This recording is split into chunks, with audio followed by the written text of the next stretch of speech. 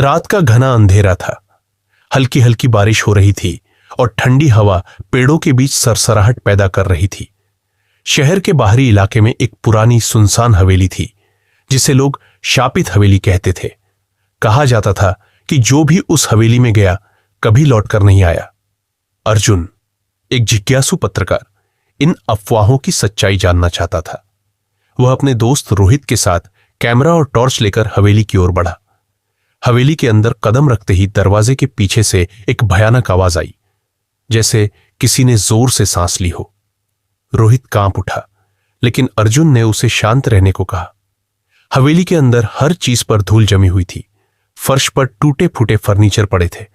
अचानक दीवार पर टंगी एक पुरानी पेंटिंग पर अर्जुन की नजर पड़ी। यह एक महिला की तस्वीर थी, जिसकी आंखें कुछ अजीब थीं, जैसे वे उसे घूर रही हो। तभी एक जोरदार झटका लगा और हवेली का दरवाजा अपने आप बंद हो गया। दोनों घबरा गए। हमें यहां से निकलना चाहिए, रोहित ने कहा। लेकिन अर्जुन की नजर पेंटिंग के पीछे कुछ अजीब पर पड़ी। एक गुप्त दरवाजा। उसने हिम्मत जुटाकर दरवाजा खोला। अंदर एक तहखाना था, जहां एक पुरानी डायरी रखी हुई थी। उसने उसे उठाया और पढ़ना शुरू किया। डायरी में लिखा था, मैं रजनी हूं, इस हवेली की आखिरी मालिकन। मेरे पति ने मुझे धोखा दिया और इस तहखाने में जिंदा दफना दिया। मेरा बदला अभी अधूरा है। तभी एक जोरदार हंसी गूंजी और ठंडी हवा पूरे कमरे में फैल गई। अर्जुन और रोहित की सांसें तेज हो गईं।